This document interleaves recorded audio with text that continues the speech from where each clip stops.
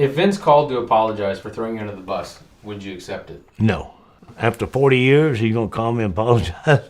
First thing, he ain't going to apologize to nobody for nothing. The only way he could apologize to me is go in the ring with me, lock the gates, put a cage around it, 2 men enter, 1 man leave.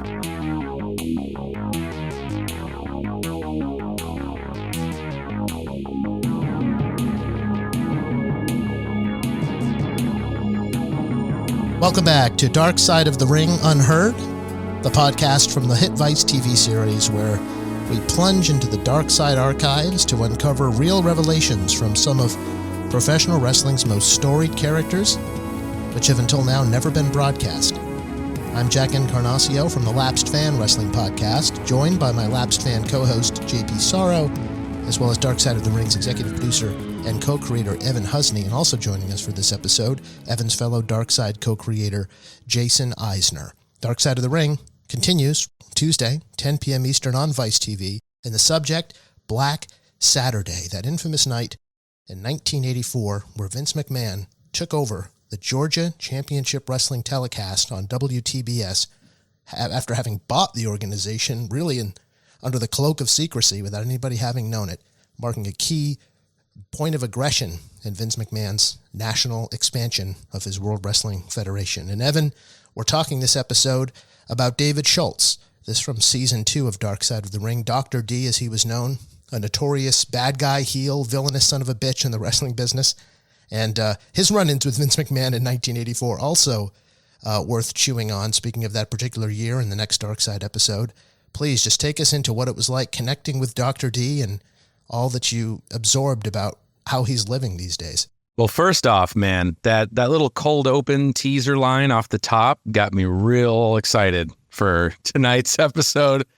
Oh, man, Dr. D, David Schultz, making that episode was such a unbelievable experience because, yeah, I mean, you know, he lives sequestered in a compound somewhere in Tennessee. He wouldn't let us reveal where in the episode. So it's in a generalized rural area of Tennessee. But we arrived at doing this episode, man. It was kind of a challenge in a lot of ways because that clip of Dr. D slapping John Stossel, you know, on 60 Minutes. So this was 60 Minutes, right? It was 2020, ABC 2020. 2020, excuse me. 2020, man, when we first saw that, oh my God. You know, that clip had been viral since the dawn of the internet. And I remember seeing it, you know, years and years and years ago.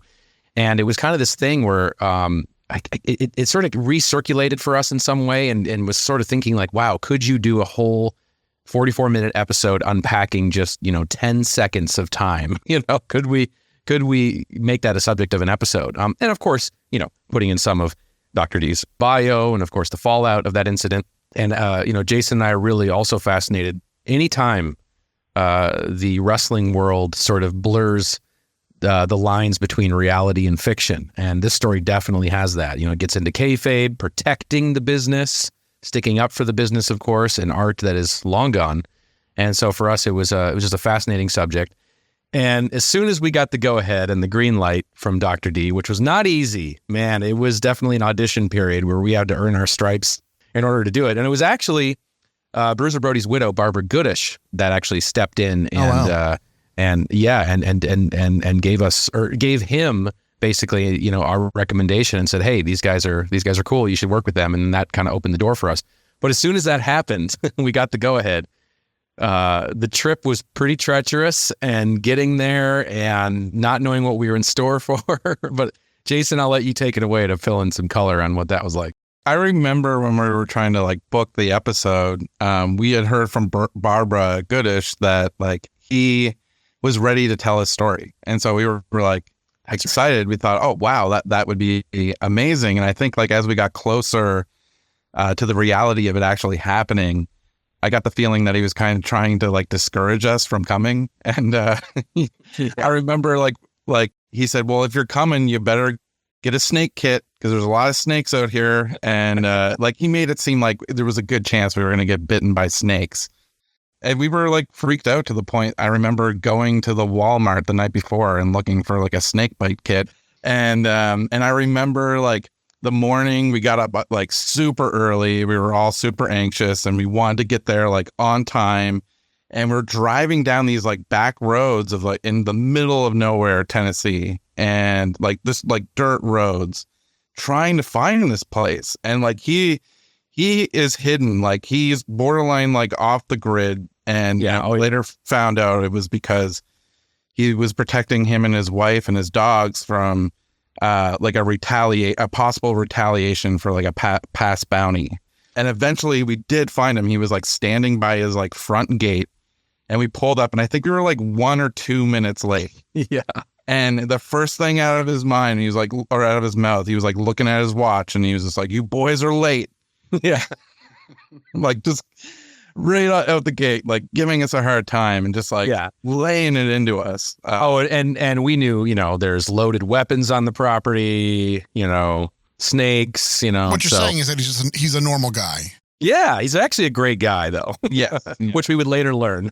Yeah, but it took a while to get him like warmed up to us. I feel like I remember when we got there, he had this like storage container that he opened up for us, and it was the first thing we filmed. It's like the verite stuff, like in the episode.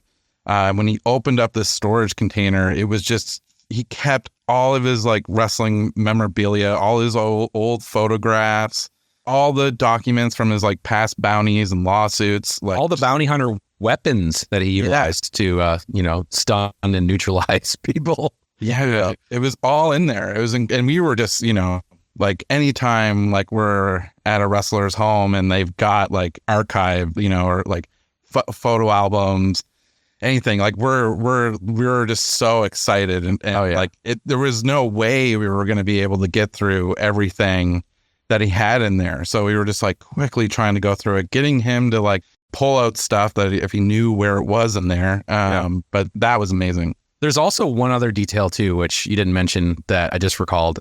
It was sweltering in the middle of the summer, like suffocating heat. And he wanted us to not enter his home. That was a non-starter at the top of the day. So we were supposed to film this fucking interview for this show outside in like 110 degree weather, which he could survive easily. He was prepared to survive that weather. And we were just dying. And so I had to plead with him to be like, please let us go inside. I was drenched. Like within 15 minutes, I totally sweated through my shirt. I was dripping on top of the camera because I'm also camera operating as well too. And especially when we were in that storage container, it was like being in a sauna. It was horrible. When you say he was prepared for outside, are you saying he was like naked, like covered in ice or something? He's prepared for any element mentally. He's mentally prepared to withstand any situation, to bust through any wall, to kick down any door, and to survive any elements that the universe would provide him. He's a tough son of a bitch. Yeah, and I think he grew up farming as well too. So and there. So like he has been so climatized to that environment. Yeah, he talked to you guys a lot about that. I think he comes from a family of people that would farm cotton and transport cotton and be in the cotton business. And it doesn't get more Tennessee than that. So that's pretty wild. JP, I mean, you saw the episode and you saw the slap heard around the world where he hit John Stossel in the face. Yes. And of course we'll get to that. But, we've talked about Schultz over the years on Lapsed Fan, that famous jump from AWA to WWF with Hulk Hogan in late 83 to come to start with Vince McMahon Jr. in 84. I don't know. You've observed the man in his habitat, and we've heard Jason and Evan describe it. Your take. Right out of the gate, you know what you're expecting when he says, like the very, very top of the episode, he says, I may be an entertainer, I may be a con artist, but I am not a fake. And I was like, oh my, like, geez, like entertainer and con artist right out the gate. This is good. This is good shit, pal. I was blown away at his storytelling. I mean, it reminded me, I won't go into details of it, but it reminded me of when we met him at one of the Starcasts, and just hearing the stories that he said. He just, when they get going, they just go and go and go and go. And he shared some dark accusations. That's all I'll say. That's where I first met him too, at Starcast. And I remember, being very intimidated and just like pacing in front of his table for like 20 or 30 minutes before I could get the courage to go up and talk to him. But I was like really interested at the time. Like this idea of this episode wasn't in our heads at that time, but we had just made the Bruiser Brody episode, and I knew he was friends with Brody, and I just wanted to like hear, you know, what his thoughts were about him. And he was like very like kind of standoffish at first, and then he warmed up to me, and then we walked down one of the hallways together, and he shared some stories. But it's still like, even going into doing this episode, like all the anxiety was like, that stuff was like coming back, like, and you know, he's much older than me and Evan and our crew, and there wasn't a second like we were there like at his home that like I didn't think that like if he wanted to, he could have just like killed all of us in a second. I imagine it's just a flip of a switch. Yeah, with him, just like he senses something. He's like a guard dog. Yes. Senses something, you're done. But the thing about him is that he also has this very teddy bear side, you know, and he's very, like once he warmed up to us, like by the end of the day, I felt like we were totally ingratiated into the Dr. D world.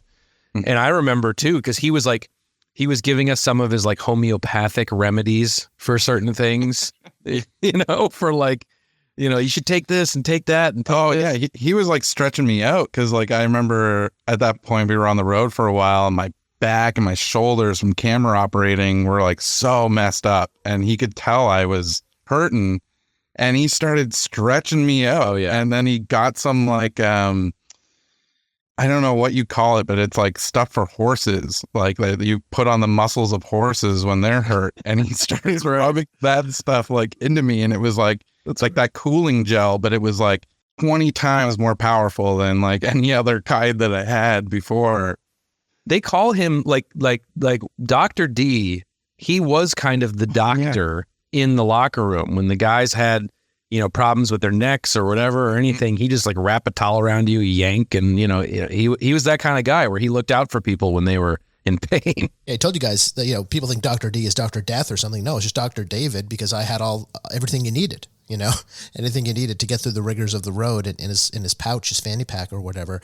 Well, before we dive into the wonderful archived material here with kind of a one-of-a-kind character in David Schultz, we are obliged, Evan, to get folks oriented for Black Saturday as we conclude yet another season of Dark Side of the Ring. This is an interesting one. This isn't just, you know, a biographical episode about someone that's been through a lot of ups and downs. This is really about that cloak and dagger behind the scenes stuff that is challenging to tackle. But what an idea to tackle a night where, just if you were down in Georgia as a wrestling fan in 1984, this was just the blackest night.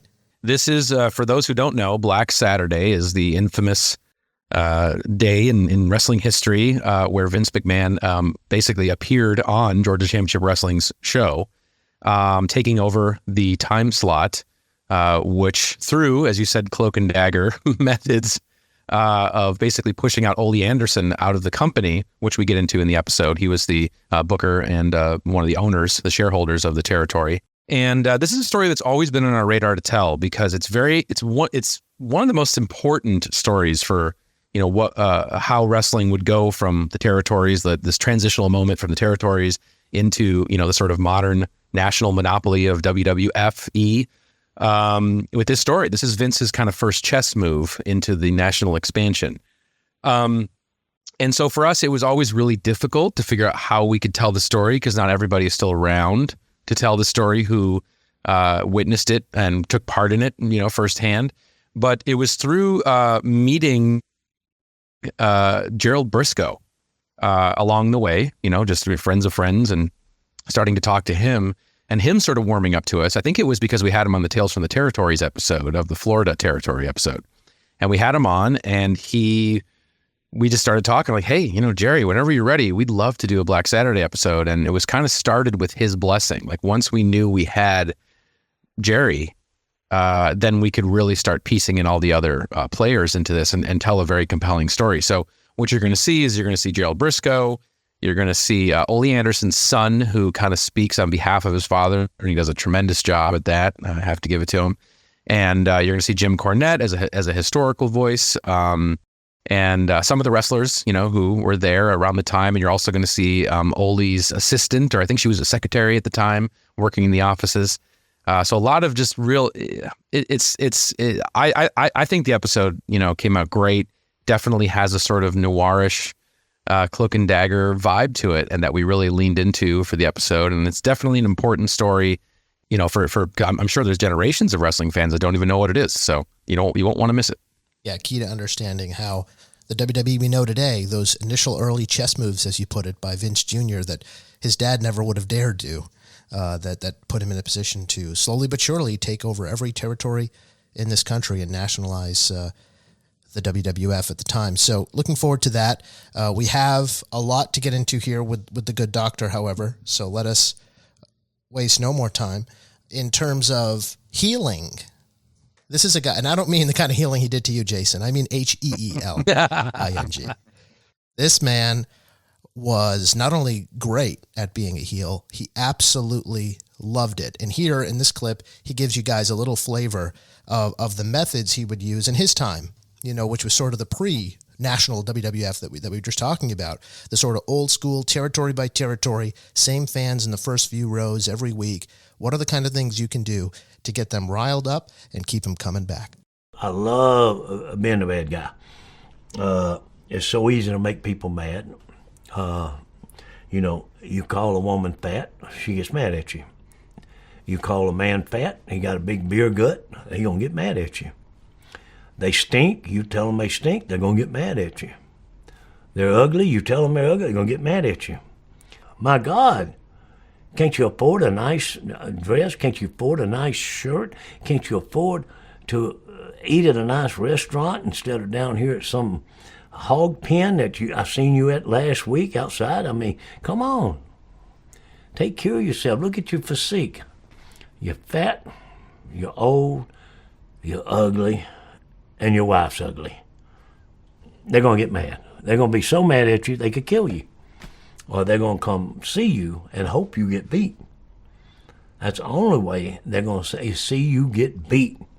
And if you don't get beat, or you leave a question there, if you did get beat legally, they want you beat 1, 2, 3.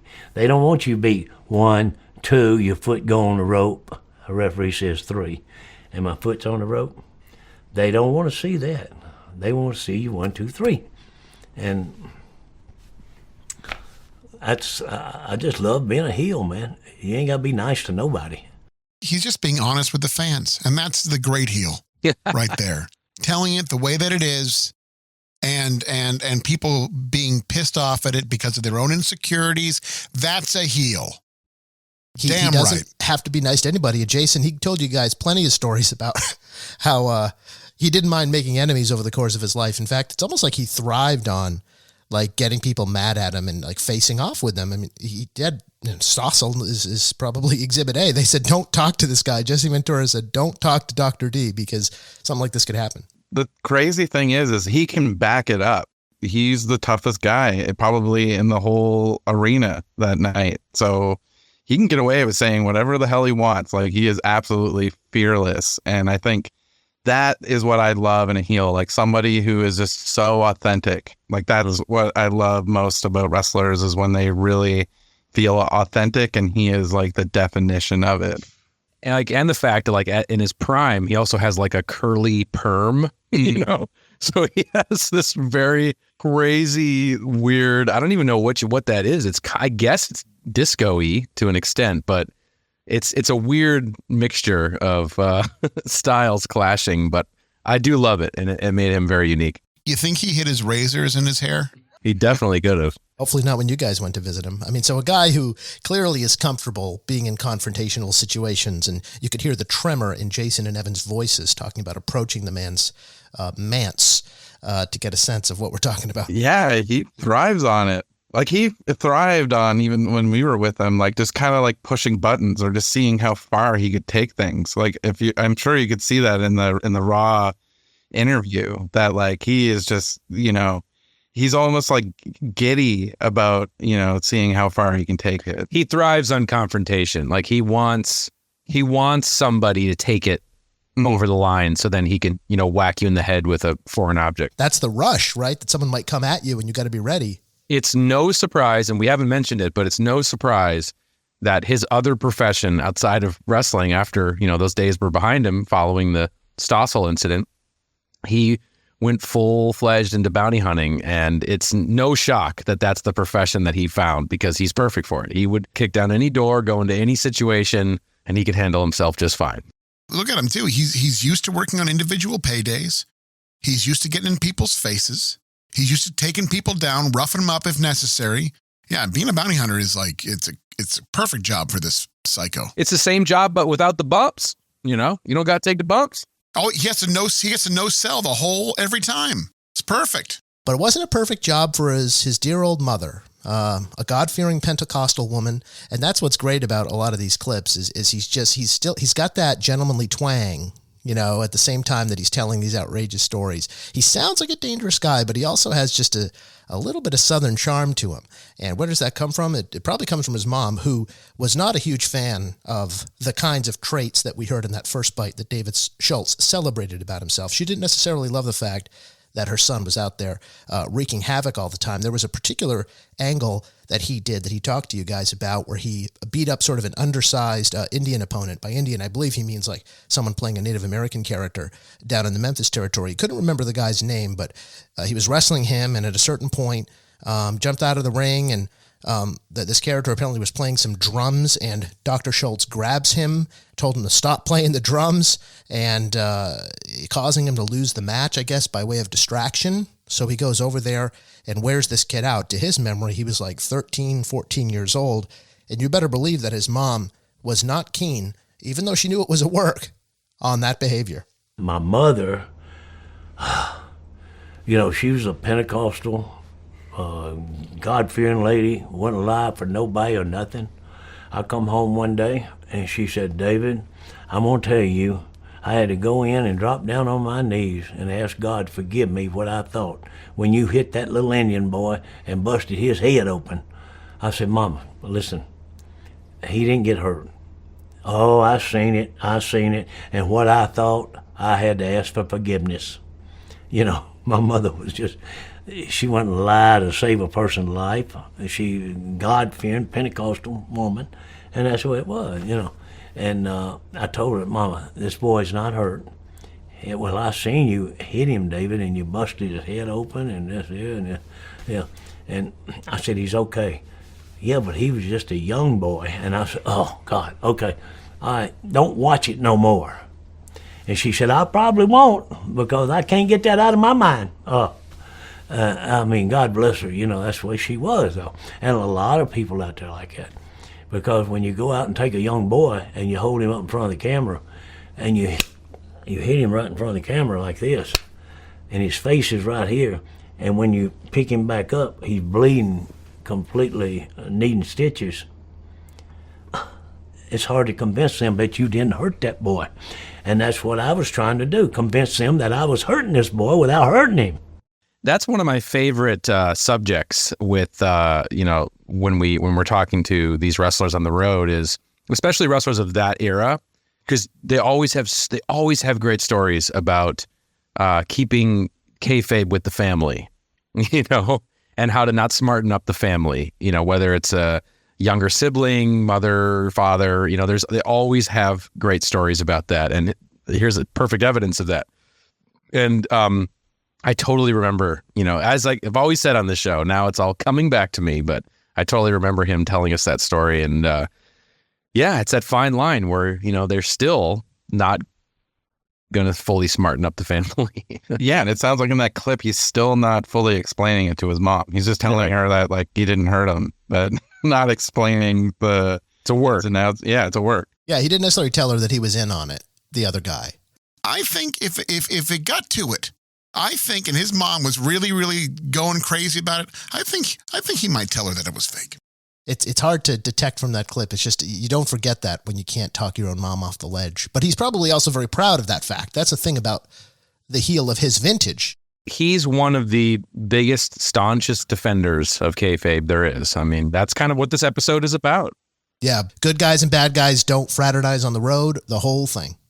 You do not share a beer. You don't go to Shoney's with your opponent. He said, he was sure to say, he's picturing one guy in particular going to Shoney's, I imagine, when he said that. But we mentioned the AWA, and this, of course, was Vern Gagne's territory, one of the biggest territories in the country for decades out of Minneapolis, one of the many, like Black Saturday and Georgia Championship Wrestling, that Vince McMahon eventually sort of foreclosed on and moved into the territory. Hulk Hogan was there when Vince took him in December of 83, big headliner for the AWA at the time, and one of Hulk Hogan's chief foils in the AWA was Dr. D, David Schultz, one of the biggest heels in the territory, and they were actually working a ton of matches in different cities across the AWA circuit in December of 1983 when Vince McMahon hired across Hulk Hogan without Vern Gagne necessarily knowing it was happening until it was too late.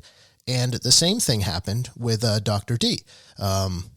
Dr. Schultz got into WWF at a really heady time for the organization. It kind of explains why ABC would want to be lurking around doing a piece in the first place. But so the way he sets up this story, David Schultz, that is, Vince has gotten Hogan, and Hogan no-showed some matches in the AWA that he was supposed to have against David Schultz. And so David Schultz, unbeknownst to Vern, was also on the hook going to WWF himself, is on television in AWA calling out Hulk Hogan, calling him out for no-showing the matches against him, saying he's scared. And Vern Gagne wasn't sure why David Schultz was going out there, calling attention to the fact that Hulk Hogan missed these dates. And Dr. D told you guys that he simply told Vern, I got a plan. That's why I'm doing it. I got a plan. Trust me.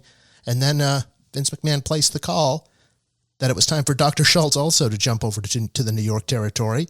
And Vern found out what the plan was, and Dr. D takes us from there. Vince called me and said, David, when you go in to do TV today, tell Vern you're leaving. Quit. Don't do the TV. So I went in and told Vern, I said, Vern, I'm leaving. I'm not going to be doing TV no more. And there was a few words exchanged, and he told me, get the hell out of the TV. Get out of here, And I said, well, I'll leave. If you don't get out, I'll throw you out or what, And I'm thankful that Vern didn't try to throw me out, because he would have threw me out on my head probably. I mean, Vern was a tough guy. He knew how to shoot. He could take care of himself. So, he did me a favor by not trying to throw me out, because I told him, you're an old man now. You're not, you're not as young as you used to be. I don't think you can throw me out, And he just kind of, I'm glad he didn't, because he would have more than likely thrown me out on my head, Why would he have been so upset that you were leaving him? He was upset because he was pushing me everywhere at main event, Hogan and myself, for the last 2 weeks. And then we show up the arenas. Hogan didn't show up. Somebody else had to come in and work, whoever it may be. And now I go back and do other interviews. Hey, you didn't show up last week. You're scared. What happened? And they said, well, they had some problems. This here. And Vern was in the dark. He had no idea Hogan had went to Vince. It's a bit of a hostile takeover, and JP, we've talked a lot about this era in WWF on The Lapsed Fan. This is, Gene Okerlund comes in from AWA, Bobby Heenan comes in, eventually Jesse Ventura comes in, Schultz, Hogan. It's just like a mass exodus all of a sudden, and Dr. D was a key part of that. I think it was one of the Coliseum videos where we kind of saw that one of those early incarnations of the WWE version of Hogan versus Dave Schultz, and I just, it's such a crazy period when you really think about how Vince McMahon is basically just picking and choosing who he wants. Like he's apple picking. And he doesn't just do that. He turns around and goes right into Minneapolis with the match. That's right. That's what happened. Exactly. He has that match with those two guys in Minneapolis. I wonder, Evan, as I'm going through the transcript, and Jason as well, feel free to weigh in. I wonder if there was a sense that, Dr. D did this to, get over to Vince, and I don't know if it's a favor, but it doesn't sound like it's exactly the way David Schultz would have preferred to leave Vern, and had a little bit of trepidation about it. I wonder if he felt like that should have engendered him some more loyalty, but within a few months, according to Dr. D, Vince has sort of thrown him under the bus for the John Stossel thing. It's hard to know exactly, because you wonder if it was, and I didn't ask him this, or maybe I don't remember asking him this, but they must have been drawing a lot of money, those two together. He and Hogan were very close too. So you have to kind of also wonder what Hogan is telling Dr. D at this point. And Well, go ahead, Jason. Yeah. I was going to say too, I think from what I remember is that Vince made all these promises to David Schultz. Like he told him he was going to get paid like so much money that he was going to be taken care of for like the rest of his life. So it was, I think, like it seemed like a good idea for David. And and like him being friends with Hogan, he thought there would be like loyalty there. Like, because that was one thing I think we were really interested in too, is like hearing the stories of these guys like before they were, megastars, and especially Hulk Hogan, who was someone I grew up with.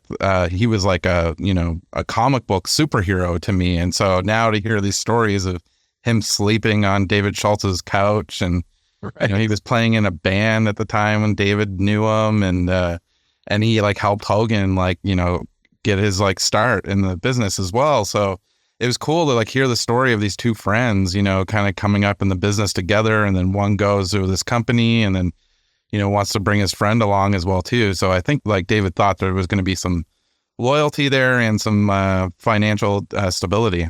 And it looks in the episode like he took you out to like a storage locker of sorts where he had a lot of mementos of him and Hulk before he was the WWF Hulk Hogan. Yeah, that is what Jason was mentioning, that he had these like, what do you call them? Like these like giant storage containers almost, like these freight, storage containers, and they're amazing. And he had so much, he had everything in there you could want, all the documents from the various court cases that he's been involved with. And yeah, it was just fascinating, to see all this stuff, and he kept everything. There's nothing that he ever got rid of. Yeah, and he had those like photos of like him and Hogan when they were like young, and there was like one great photo where he like flips it around, and I forget what did it say. It was like he looks at the photo of him and Hogan, and there's something that he scratched out at the back. Yeah, it wasn't like old friend, don't remember his name or something like that. Like, that what it was. Yeah, he's like, oh, old friend, don't remember his name. Written on the back of a photograph of them together. Amazing. So great. Very telling. Very telling. Yeah, he definitely has a similar sort of circular relationship with Hulk Hogan as he does Vince McMahon as he tells these stories, although much deeper ties that he thought binded between him and Hulk. I mean, Hulk brings him along for the big payday and the big gravy train of the AWA to the WWF for a reason. So that's he kind of talks to you guys about how the distance slowly but surely is created between him and Hulk, who, of course, from really day one, within weeks of coming into the WWF, is world champion and just off to the races with the Hulkamania phenomenon and all of that. But also in the spirit of kayfabe, as we're talking about all this stuff, and in the spirit of, kind of like forging an alliance in his mind, perhaps, with Vince McMahon, during the interview, he kind of talks about how the John Stossel incident wasn't the only one in which Vince, according to Schultz at least, told Dr. D to kind of go out into the wild and do some dirty work for me. Sort of a job he had to do.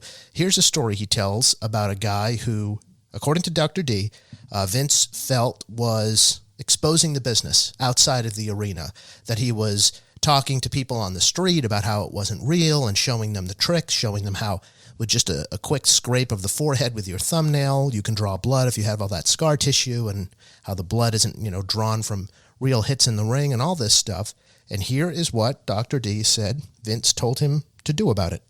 I know Vince come to me and he said, David, I need this guy out of the business. He's down here talking to these little kids in the neighborhood, and he's up here scratching his head with his fingernail and telling kids that all that blood and stuff, he said, see, I just scratched my head and all.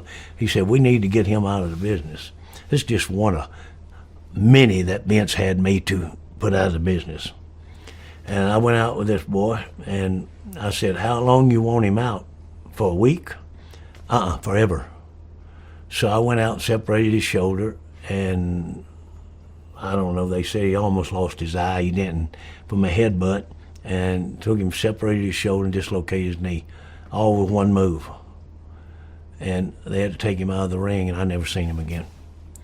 But that's what I was supposed to do. That's what I was getting paid to do. And then, oh no, I never told him to do that. Yeah, right. Yeah. And I was that way, man. I mean, boss tell me to do something, I do it. That may have turned out to be the problem. It's great, Jason, hearing you guys sort of ask for all the detail about this, trying to get a recre out of it. You're like, so how did you break his shoulder? When did you do it? What did he look like? And he's like, his limited memory of it, because as he said, this was one of many incidents like this, to hear him tell it, where he was deputized to just like I said, do some dirty work.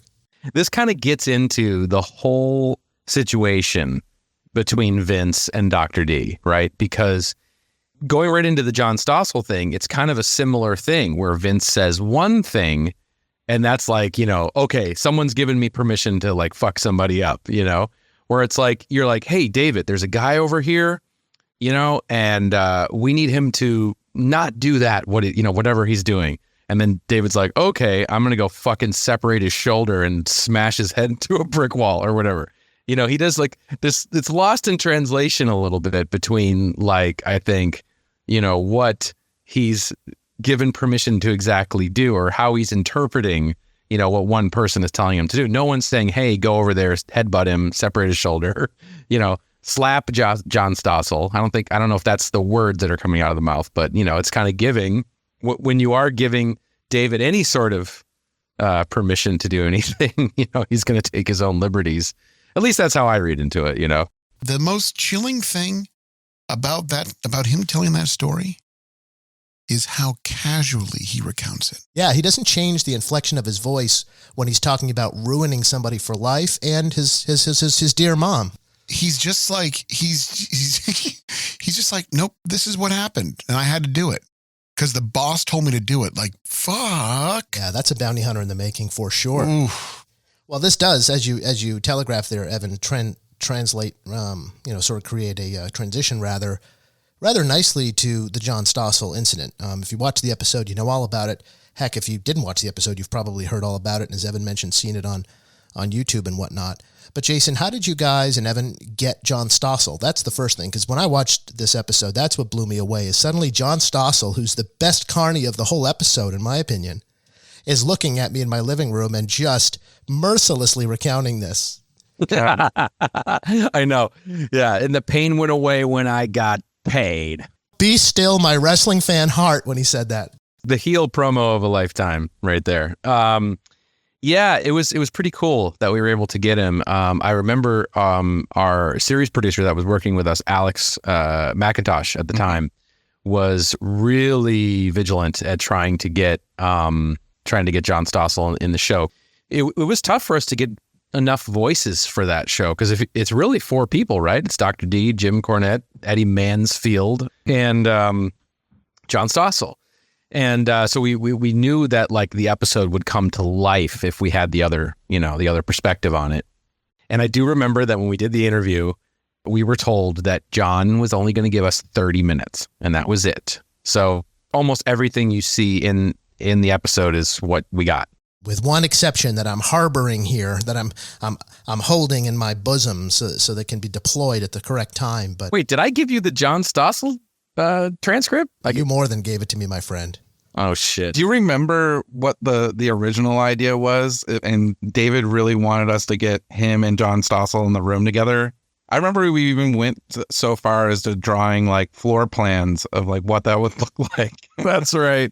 That's right. Got to save that for posterity. That's hilarious.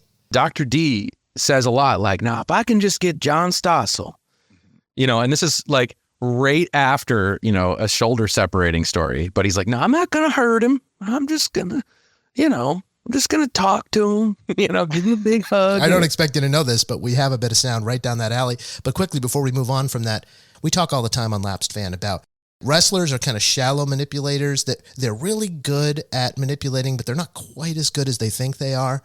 When I see John Stossel, I see this guy is like primo kayfabe, this guy. His animosity towards the wrestling business. And it's like, but this guy, I get the vibe. He's just playing a heel, like I listen to him and he's playing a character here. I don't know if he gives 2 shits one way or the other about wrestling in actuality, but for this thing, he's like, I'm coming after this fucking thing. And he's I mean, man, he was so good. Funny. Yeah. He made me laugh quite a bit. And I just loved it. He's just such like, if you listen to the Lapsed Fan, he reminded me very much of our Lapsed editor character. Yeah, like a newspaper editor who like insists on saying it's fake in the second paragraph, even though it has nothing to do with the story. Yeah. Yeah. Jason, was it standoffish, or Evan, was it standoffish with him, or because you had such tight time you couldn't get a rapport going? What was? Oh yeah, I was just gonna say that it was like, okay, like the meter's running, when he sits down in the chair, and I do remember also this bitterness, this inherent bitterness, interviewing Stossel, that I have to come here and talk about this still. Like I'm still talking about this. Hey, John, you want to know a secret, John? You want to know a secret, John? This is all anybody cares about. He was a broadcasting legend. Not anymore. Doesn't matter. I think he even says in either the episode or the interview where he's like, nobody cares about the years of reporting I did on, such and such and this and that, and then, but this is the thing, and so there was a lot of that energy of like, I'm having to do, but hey, he still showed up and did it. And, he killed it.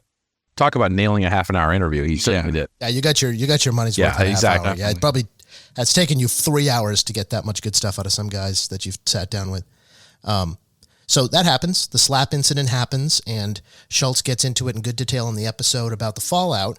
According to Schultz, Vince told him, good job, go back to the hotel till things cool down, and looks like he's going to press charges. It's getting a little more out of hand than I thought. Of course, Schultz's story is that Vince, didn't tell him to slap him in as many words, but told him to, what was it? Give him a good jostling or whatever it was. And so Vince pays a fine to the New York State Athletic Commission, according to David Schultz, that the commission brought down on Schultz for hitting Stossel backstage. And Schultz says Vince sent him to Japan to do some matches out there and sort of wait out the controversy. And all the way along, sort of convincing him that you're on his side, that we're doing this, we're in this together, we'll pay the fine, it's fine, don't worry about it, just lay low, and then turn around and tell the other side of the altercation that we're really sorry, this guy's a problem, and we know it. He's such a, method heel, shall we say, that he's so good at what he does, but when it's in the interest of the right people at the right time, it's the best for business until it isn't. And then when it isn't, it's so easy to just vilify him. And I think that's what he found very quickly. Because, hey, I mean, having allegiance and having friends and honor and, people who you can trust in this business are very rare, if not non-existent, And I think that's a really hard lesson that he learned, especially in all of this that he would go through, with WWF and Vince in particular. I always think about like when Dr. D got out of the business, it was kind of like, that was probably almost right about, the limit that Dr. D could have gone in the business before things started to kind of button up more, and you couldn't be as outlaw and you couldn't be as unpredictable and violent, and things would change. And you can't imagine like seeing a Dr. D on TV, WWF TV in the 90s. I mean, you could, but, then it would be a neutered version, so. And Jim Cornette talks about too in the episode how like, they needed to legitimize wrestling too. And there was this pressure to make it feel legit. So like that was what David Schultz's job was in a way, was to be that kind of like enforcer for the company. You guys have a money moment. You ask him, of course, you guys are so good at this. If Vince apologized to you, would you accept his apology? His response is tremendous. Listen to Dr. D ask that question by the crew. If Vince called to apologize for throwing you under the bus, would you accept it? No. Why? After 40 years, he's going to call me and apologize. First thing, he ain't going to apologize to nobody for nothing. He got too big an ego. And, the only way he could apologize to me is go in the ring with me, lock the gates, put a cage around it, 2 men enter, 1 man leave. Me and him. Old people, we could have our wheelchairs together, our walkers, and fight to the finish. But that ain't gonna happen either, He's running around too scared of all that, All right, well that begs the question though, doesn't it? What about John Stossel? What if John Stossel apologized? Or if you saw John Stossel again, do you think you guys could reconcile? If you were in a room with John Stossel today, what would you say to him? Well, I don't know. I'd have to see how he responded first. I mean, John, I don't hold nothing against John Stossel. John Stossel was used and set up like I was. John Stossel just should have picked his words a lot better. He should have been a lot better journalist than he was by come out there and say those words the way he said it. I don't think that's appropriate for any situation to call somebody's business a fake. I mean, that's like calling me a crook. That's, and after all the injuries I had, all the pain I went through to be a pro wrestler and to make it in pro wrestling, and he comes out there and gonna call me a fake. He could have called me a cartoon character, that's fine. Exhibitionist, that's fine. A Looney Tune, that's fine. Redneck, that's fine. Anything. Not fake. I'm not a fake, and I think he understands that now. I think he does. Does he, Dr. D? Does he understand that? As promised. Hey, John Stossel, would you accept Dr. D's apology, or actually put more artfully? If he was standing in front of you right now, what might you say? If there's something you could say to David Schultz now, what would you say to him now? Fuck you, David. And Vince, I guess I got over it. I don't know that you told him to do it. I think he apologized at the time, and I want to believe it was sincere. Well, guys, wrapping up our thoughts on the good doctor, Evan, Jason, I mean, what an experience. You colored it in so nicely, going out to meet the man on the compound and winning his trust, and you got some gold out of this guy. It's a bygone era he speaks to, and a one-of-a-kind kind of ethic that is totally gone from wrestling now. I don't want to call it an insecurity, but I can see how, being called a fake would be hurtful to someone like him, because he could kill anyone, and he could injure, and he's tougher than most in this industry. He's in the 1% of the toughest of the tough, right? And so I think for him to have to, make excuses, or be in a business that isn't legitimate, where he could survive if it was, I think that hurts extra for someone like him, because he is the real deal. He is 100% the real deal. Yeah, definitely. And I'll never forget our 2 days that we had with him, on his compound, hanging out with him, watching him shooting guns into the forest. And it was so crazy. And hanging out with his wife, Peggy, too, who I think was probably our biggest regret, was we couldn't convince her to be in the show.